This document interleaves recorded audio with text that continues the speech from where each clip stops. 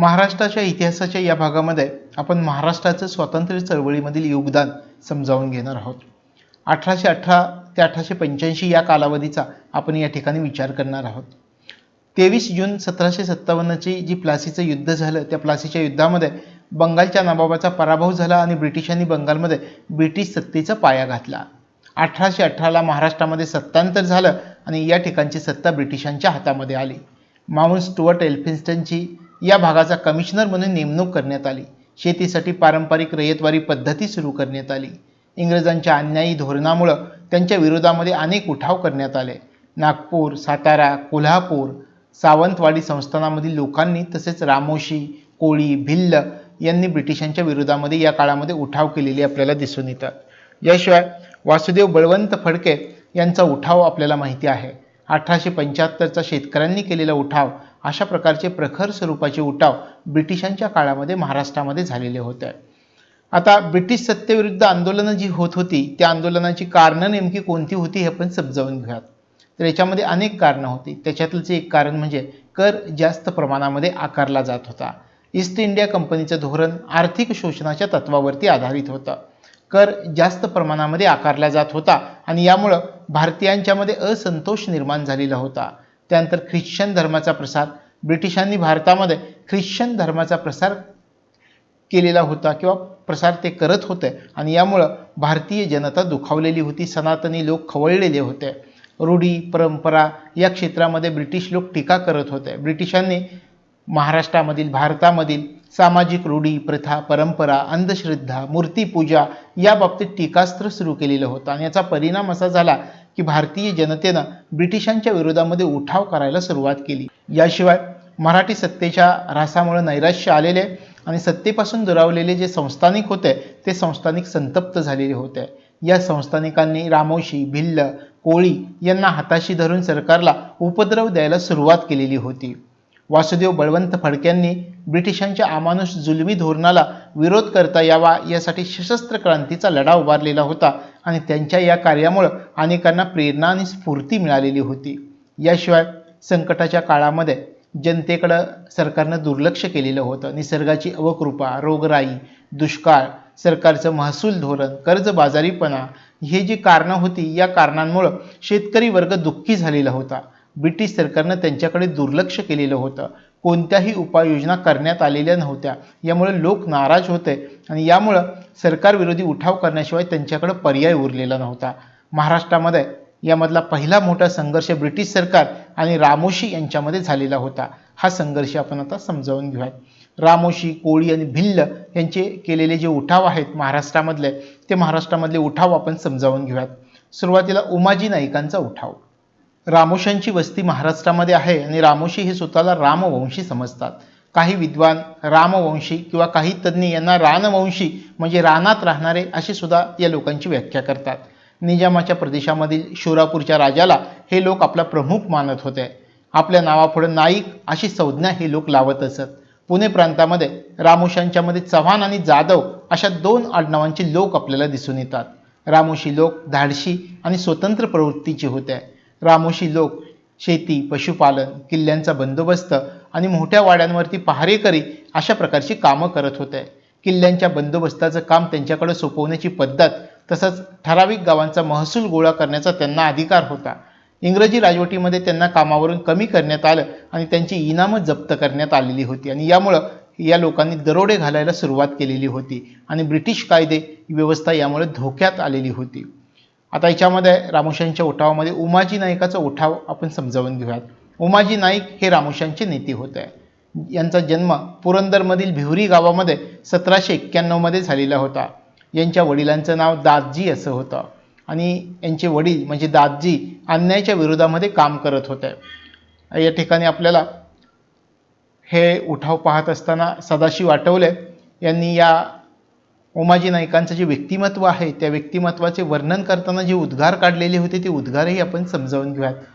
प्राध्यापक सदाशिव आठवले म्हणतात, उमाजी 162 सेंटीमीटर उंचीचा, मोठ्या डोळ्यांचा, वर्णानं लालसर अशा प्रकारचा होता, पण तो जरी असा दिसत असला तरी सुद्धा तो क्रूर नव्हता, त्याचा चेहरा सौम्य आणि प्रसन्न वाटत असे. अशा प्रकारे प्राध्यापक सदाशिव आठवले यांनी उमाजी नाईकांबद्दल उद्गार काढलेले होते. आणि उमाजी नाईकांबद्दल आपण पुन्हा एकदा पाहूयात. वडिलांच्या काळापासून उमाजी पुरंदर किल्ल्याच्या बंदोबस्तामध्ये होता. रामोशी लोक जुलमी सावकारांवरती दरोडे टाकत असत. भोरजवळील विंग या गावामध्ये 1818 साली दरोडा टाकत असताना उमाजी पकडण्यात आला. उमाजीच्या अगोदर संतू नाईकाच्या नेतृत्वाखाली सर्व रामोशी समाज एकवटलेला होता. उमाजी आणि त्याचा भाऊ अमृता यानं भांबुर्ड्याचा लष्करी खजिना लुटलेला होता. संतू नाईकाचा मृत्यू झाला आणि त्यानंतर सर्व रामोशांचं पुढारीपण पुढच्या कालावधीमध्ये उमाजी नाईकाकडे आलेलं होतं. इंग्रजांनी उमाजीच्या विरुद्ध 1826 मध्ये पहिला जाहीरनामा काढला आणि उमाजी आणि त्यांचा साथीदार पांडोजी यांना धरून देणाऱ्याला 100 रुपयांचं बक्षीस जाहीर केलेलं होतं. इंग्रज अधिकाऱ्यांनी दुसरा जाहीरनामा काढला आणि जे कोणी दरोडेखोरांना साथ देतील त्यांना ठार करण्यात येईल असं यावेळी जाहीर करण्यात आलेलं होतं. इंग्रजांनी तिसरा जाहीरनामा काढला आणि बक्षिसाची रक्कम 1200 रुपये केली आणि यावेळी इंग्रजांनी जाहीर केलं की जो सरकारला मदत करणार नाही त्याला बंडवाल्याचा साथीदार म्हणून समजण्यात येईल. उमाजीनं स्वतःला राजे म्हणून घ्यायला या काळामध्ये सुरुवात केलेली होती. यानंतर उमाजीनं कलेक्टरकडे काही मागण्या केलेल्या होत्या. तर उमाजीनं कलेक्टरकडे काय मागण्या केलेल्या होत्या हे आपण समजावून घेऊयात. इंग्रजांना आव्हान देण्यासाठी पुण्याचा कलेक्टर HD रॉबर्टसन याच्याकडं 1827 मध्ये मागण्या करण्यात आलेल्या होत्या. या ठिकाणी ज्या मागण्या करण्यात आलेल्या होत्या त्या मागण्यांमध्ये अमृता रामोशी आणि विनोबा यांना मुक्त करण्यात यावं, रामोशांची परंपरागत वतनं परत करण्यात यावी, पुरंदर आणि इतर ठिकाणी असणाऱ्या रामोशांच्या वतनाला इंग्रजांनी हात लावू नये अशा मागण्या या उमाजीनं कलेक्टरकडे केलेल्या होत्या. आणि याच्यावर प्रतिक्रिया म्हणून कलेक्टर रॉबर्टसननं एक जाहीरनामा जाहीर केला. त्याच्यामध्ये कलेक्टर रॉबर्टसननं 15 डिसेंबर 1827 मध्ये जनतेसाठी जाहीरनामा काढला आणि उमाजीला उत्तर दिलं. यामध्ये लिहिण्यात आलेलं होतं की जनतेनं रामोशांना पाठिंबा देऊ नये, बंडखोरांना पकडून देणाऱ्याला प्रत्येकी 5000 रुपयांचं बक्षीस देण्यात येईल, रामोशांसोबत सामील झालेली कोणतीही व्यक्ती आजपासून 20 दिवसांच्या आतमध्ये जर सरकारमध्ये हजर राहिली तर अशा व्यक्तीला संपूर्ण माफी देण्याचा विचार करण्यात येईल, अशा प्रकारचा जाहीरनामा या कलेक्टरनं काढलेला होता. यानंतर उमाजीनं दुसरा जाहीरनामा काढला. या जाहीरनाम्यामध्ये सांगण्यात आलेलं होतं की 25 डिसेंबर 1827 ला हा दुसरा जाहीरनामा काढण्यात आलेला होता आणि या जाहीरनाम्यामध्ये सांगण्यात आलेलं होतं की ठाणे रत्नागिरीमधील पाटील आणि मामलेदारांनी महसूल सरकारला जमा न करता उमाजीला देण्यात यावा, उमाजीची माणसं येतील त्यावेळी पैसे तयार ठेवावेत, अशा प्रकारे या जाहीरनाम्यामधील मुद्दे होते. उमाजीच्या जाहीरनाम्याला जो प्रतिसाद मिळाला त्याच्यामध्ये भोर संस्थानामधील 13 गावांनी उमाजीला महसूल या काळामध्ये दिलेला होता. त्यानंतर उमाजीला कैद करण्यात आलं आणि सरकारी नोकरी त्याला देण्यात आलेली होती. तर ती कशी देण्यात आली आणि कसं कैद करण्यात आलं हे आपण समजावून घेऊयात. उमाजीला पकडण्यासाठी सरकारनं उमाजीची बायको, 2 मुलं आणि 1 मुलगी यांना पकडून कैदेमध्ये टाकलेलं होतं. उमाजीनं आपल्या कुटुंबासाठी इंग्रजांपुढे शरणागती पत्करली. इंग्रजांनी उमाजीचे सर्व गुन्हे माफ केले. उमाजीला इंग्रजांनी यावेळी नोकरी दिलेली होती. उमाजीकडं जी जबाबदारी सोपवण्यात आली सरकारकडून त्याच्यामध्ये पुणे आणि सातारा भागामध्ये शांतता टिकवण्याची जबाबदारी यावेळी सरकारनं उमाजीकडे दिलेली होती. त्यानंतर पुन्हा एकदा उमाजी आणि इंग्रज संघर्ष सुरू झाला. उमाजीनं पुन्हा रामोशांना एकत्र करायला सुरुवात केली. इंग्रजांच्या प्रदेशामध्ये दंगली घडवून आणण्यासाठी त्यानं कार्यक्रम आखला. उमाजीला पकडण्यासाठी इंग्रजांनी जी कारवाई केली त्याच्यामध्ये इंग्रज सरकारनं उमाजीला पकडण्याची जबाबदारी कॅप्टन अलेक्झांडर आणि कॅप्टन मॅकिनटॉशवरती सोपवलेली होती. उमाजीचा त्यांच्याशी झालेला पहिला संघर्ष मांडरदेवच्या डोंगरावरती झालेला होता. यानंतर उमाजीला पकडण्यासाठी जॉर्ज जिबर्न यांचा जाहीरनामा आलेला होता. या जाहीरनाम्यामध्ये उमाजी, भुजाजी, ईसाजी, कृष्णाजी यांना जो पकडून देईल त्याला प्रत्येकी रोख 5000 रुपये आणि 200 बिघे जमीन दिली जाणार होती.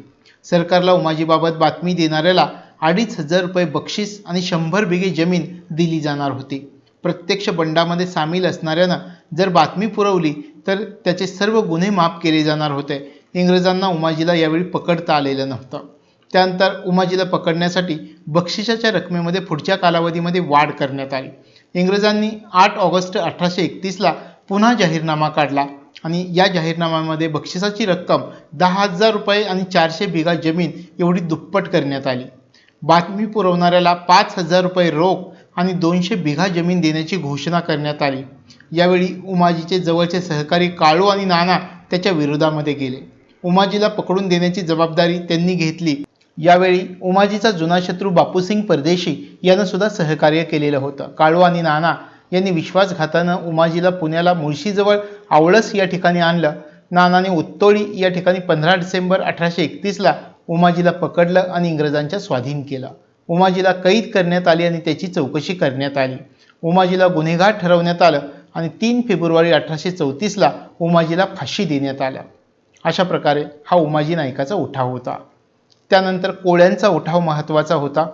कोळ्यांचा उठाव आपण समजावून घेऊयात. कोळ्यांनी मुख्यतः जी वस्ती केलेली होती ती वस्ती मध्य प्रदेश, दक्षिण महाराष्ट्र, गुजरात आणि कोकण या भागामध्ये वस्ती केलेली होती.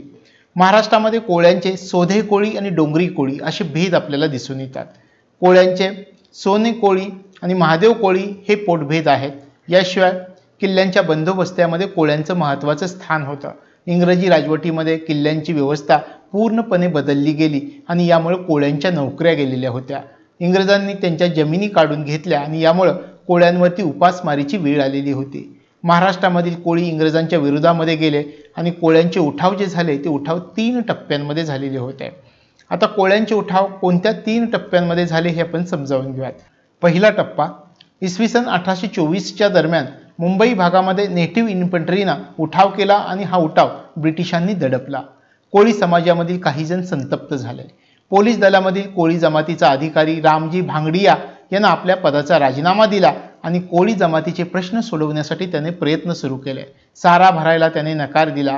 कोळी जमातीचं संघटन करायला सुरुवात केली. शस्त्रास्त्र जमवायला सुरुवात केली आणि 1828मध्ये रामजी भांगडियाच्या नेतृत्वाखाली कोळ्यांनी उठाव केला. कोळ्यांचा हा उठाव दडपता यावा यासाठी ब्रिटिशांनी कॅप्टन अलेक्झांडर आणि मॅकिनटॉश याची नियुक्ती या काळामध्ये केलेली होती आणि कोळ्यांचं बंड यावेळी मोडून काढण्यात आलेलं होतं. कोळ्यांच्या बंडाच्या दुसऱ्या टप्प्याचा जर आपण विचार केला तर या काळामध्ये कोळ्यांनी शस्त्रास्त्र गोळा करायला सुरुवात केली. कोळ्यांनी 1839मध्ये पुण्यामध्ये उठाव केला आणि पुण्याच्या उठावामध्ये कोळ्यांच्या 2 घोषणा होत्या. पहिली मागणी होती की दुसऱ्या बाजीरावाला पेशवेपद दिलं जावं आणि पुन्हा मराठी राज्याची स्थापना करण्यात यावी आणि दुसरी घोषणा होती की संपूर्ण राज्य कोळ्यांच्या ताब्यामध्ये आहे असं या घोषणेमध्ये घोषित करण्यात आलेलं होतं. सरकारी खजिना गोड नदी या ठिकाणी होता आणि कोळ्यांनी या खजिन्याला विडा घातला.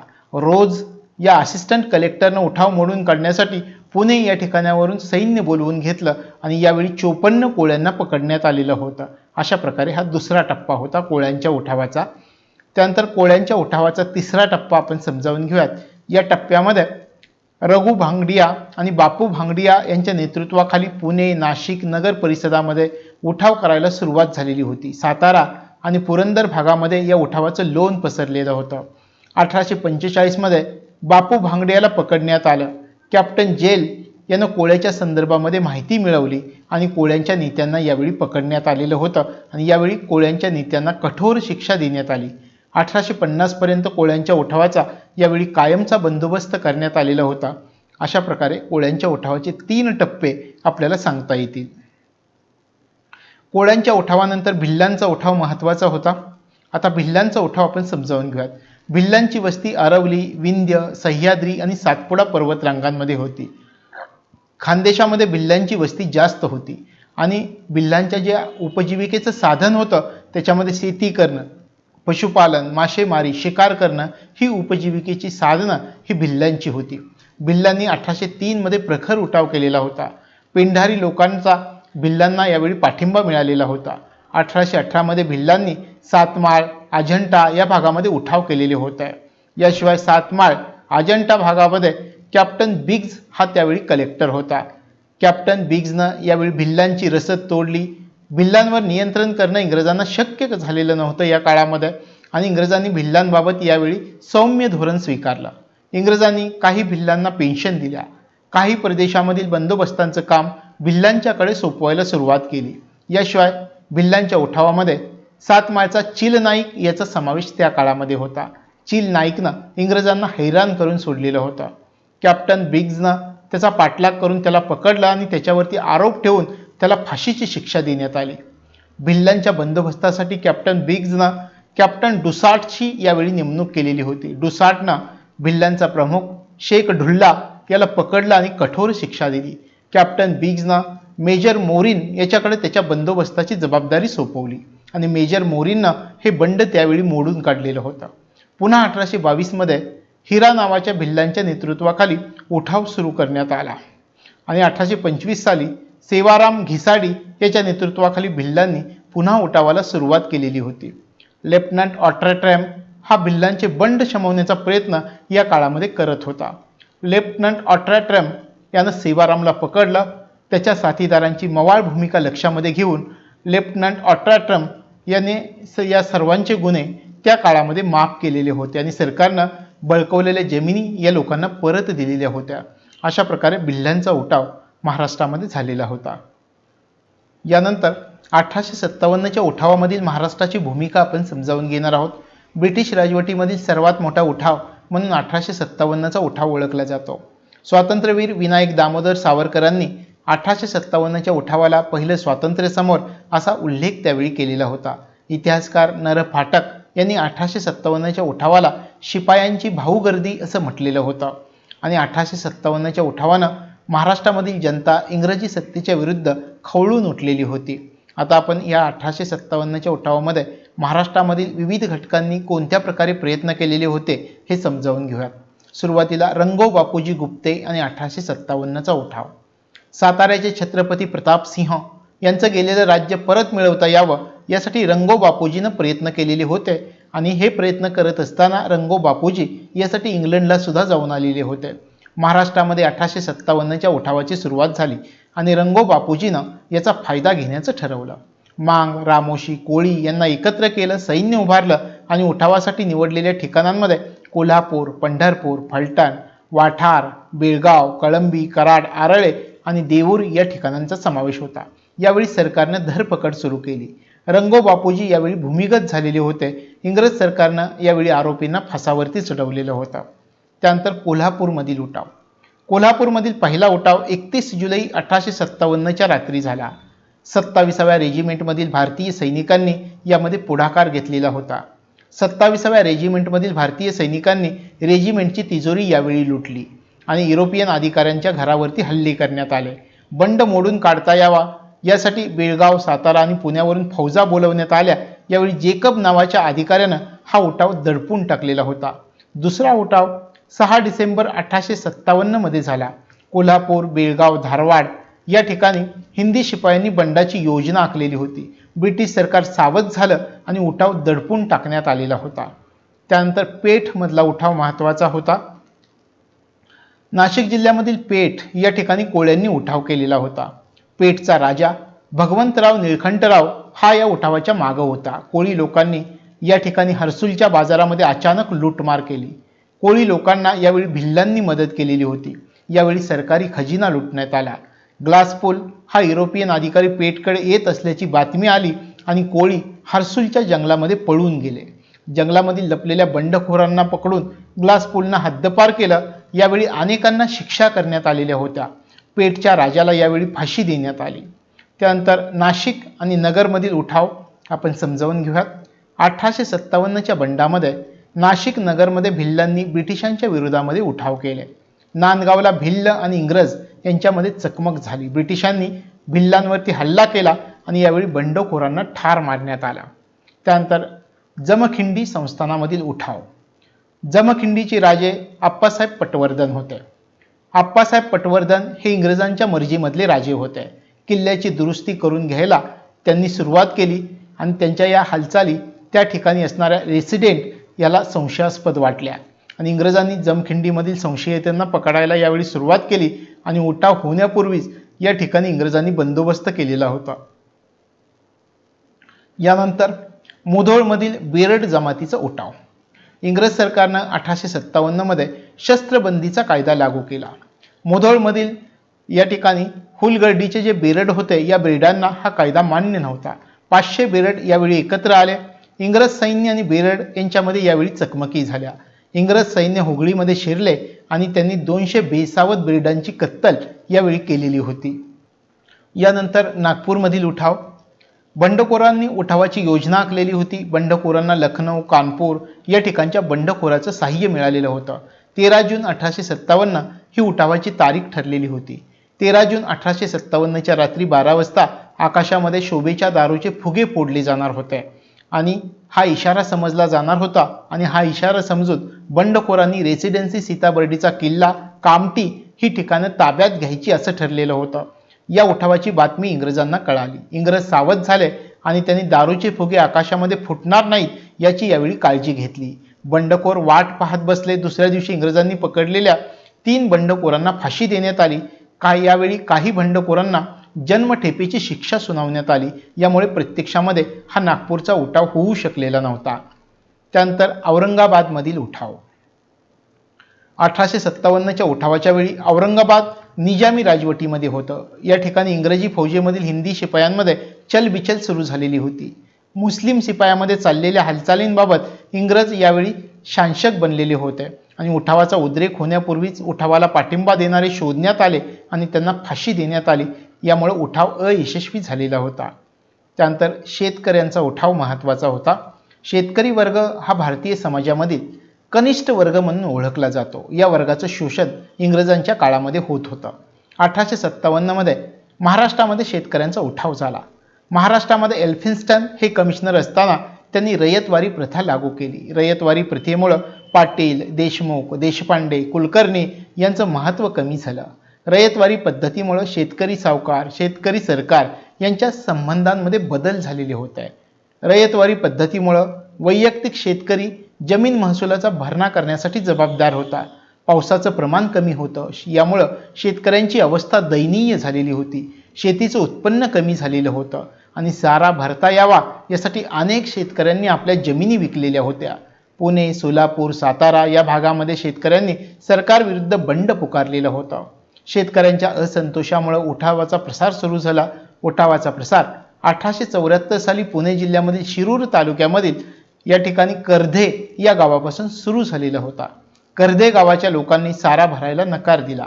12 मे 1875 सुपे या ठिकाणच्या शेतकऱ्यांनी यावेळी पहिला उठाव केलेला होता.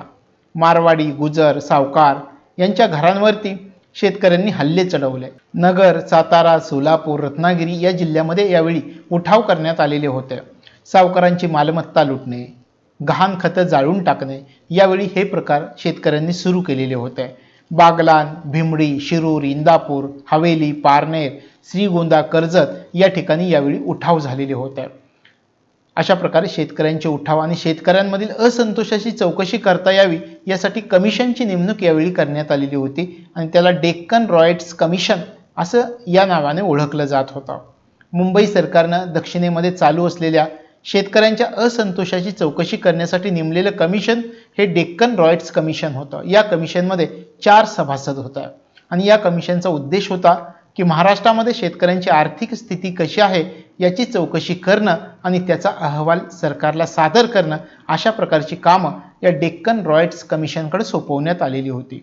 कमिशननं काय शिफारशी केल्या याचा जर आपण विचार केला तर शेतकऱ्यांचा अदूरदर्शीपणा हे शेतकऱ्यांच्या असंतोषाचं कारण आहे. सरकारनं यासाठी 1879ला दी डेक्कन ॲग्रिकल्चर रिलीफ ॲक्ट संमत केलेला होता आणि दी डेक्कन ॲग्रिकल्चरल रिलीफ ॲक्ट अन्वये शेतकऱ्यांची स्थिती सुधारली जावी म्हणून ज्या शिफारशी केलेल्या होत्या त्या शिफारशी आणि तरतुदी आपण समजावून घेऊयात. यामध्ये तगायेची सोय असावी.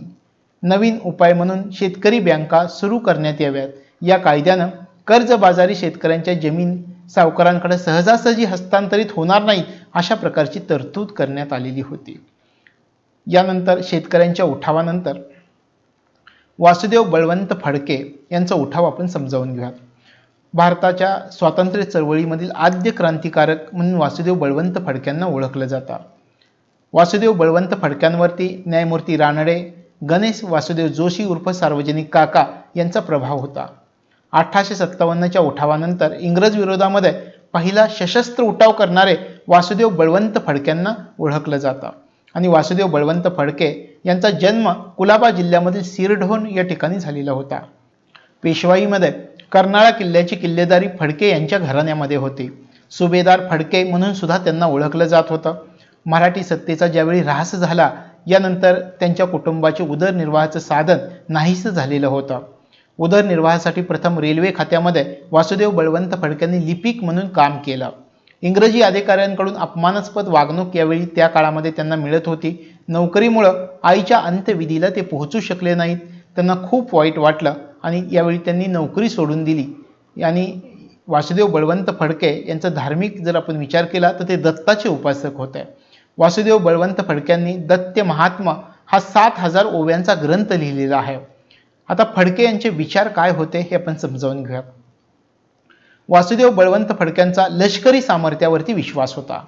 शस्त्रबळाचा वापर केल्याशिवाय इंग्रज या देशामधून जाणार नाहीत असं त्यांचं मत होतं. देश स्वातंत्र्य झाल्याशिवाय रयतेचं दुःख नाहीसं होणार नाही. देशामध्ये लहान लहान उठाव केले तर डाक बंद होतील, रेल्वे बंद होतील, संदेश यंत्रणा बंद पडतील आणि यामुळं इंग्रजांना हाकलून देण्याचा आपला हेतू साध्य होईल असं मत वासुदेव बळवंत फडक्यांचं होतं. आता वासुदेव बळवंत फडक्यांनी जे कार्य केलं ते कार्य आपण समजावून घेऊयात. तरुणांमध्ये देशप्रेम आणि स्वदेशीबद्दल आस्था निर्माण करण्याचा प्रयत्न वासुदेव बळवंत फडक्यांनी केलेला होता. पुण्याच्या सार्वजनिक सभेच्या कार्यामध्ये फडके भाग घेऊ लागले. स्वदेशी वस्तू वापरण्याची त्यांनी शपथ घेतलेली होती. समाजामध्ये समता, ऐक्य, समन्वय निर्माण करता यावा यासाठी ऐक्य वर्धिनी संस्था वासुदेव बळवंत फडक्यांनी सुरू केलेली होती. पुण्यामध्ये 1874 मध्ये पुणा नेटिव्ह इन्स्टिट्यूशन या शाळेची त्यांनी सुरुवात केली. स्वदेशीचा पुरस्कार करायला त्यांनी प्रयत्न केला. याशिवाय पुण्यामध्ये इंग्रजी राजवटीविरुद्ध भाषणं द्यायला वासुदेव बळवंत फडक्यांनी सुरुवात केलेली होती. वासुदेव बळवंत फडक्यांनी वैराग्याचा वेश धारण केलेला होता आणि जनजागृती करत ते गावोगावी फिरत होते. 1879 नंतर सहकाऱ्यांच्या मदतीनं पुण्याच्या परिसरामध्ये दरोडे घालायला त्यांनी सुरुवात केली.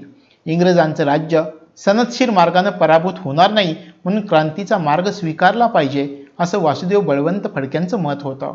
129 शुक्रवार पेठ पुणे या ठिकाणी फडक्यांच्या निवासस्थानी डॅनियलला तलवारी बंदुका मिळालेल्या होत्या. यामुळे फडके यांच्यावरती डॅनियलनं अटक वॉरंट यावेळी काढलेलं होतं. मुंबई सरकारनं फडके यांना पकडण्यासाठी 4000 रुपयांचं रोख बक्षीस जाहीर केलेलं होतं. आता याच्यावरती फडक्यांनी जी प्रतिक्रिया दिली ती प्रतिक्रिया आपण समजावून घ्या. फडक्यांनी जी प्रतिक्रिया दिली त्याच्यामध्ये असं सांगण्यात आलेलं होतं की मुंबईचे गव्हर्नर सर रिचर्ड टेम्पल यांचं डोकं कापून जो आणून देईल त्याला 10,000 रुपयाचं बक्षीस दिलं जाईल अशी प्रतिक्रिया यावेळी वासुदेव बळवंत फडक्यांची होती.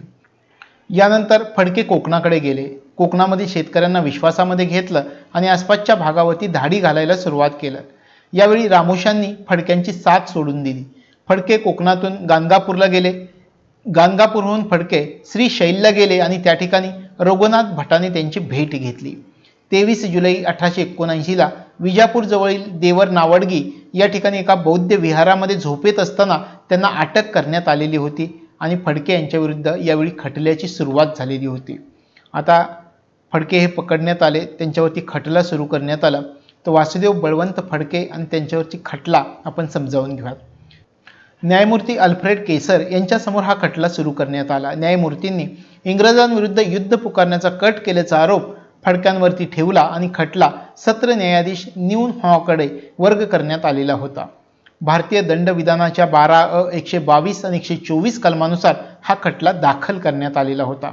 आता फडक्यांवर कोणकोणते आरोप ठेवण्यात आलेले होते याचा जर आपण विचार केला तर बेकायदेशीर माणसं जमवणं, शस्त्र बाळगणं, दारुगोळा जमवणं, जनतेच्या भावना भडकावणं, समाजामध्ये असंतोष पसरवणं अशा प्रकारे फडक्यांवर आरोप ठेवण्यात आलेले होते.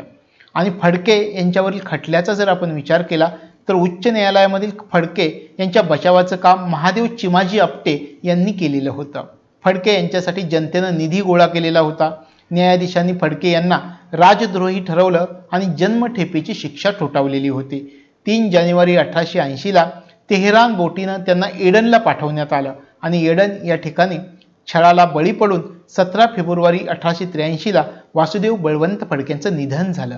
इंग्रज वृत्तपत्रांनी या वासुदेव बळवंत फडक्यांना दरोडेखोर म्हणून संभावना केलेली होती. याशिवाय देशामधील अमृत बझार पत्रिकेनं यावेळी वासुदेव बळवंत फडके यांच्याविषयी गौरवोद्गार काढलेले होते.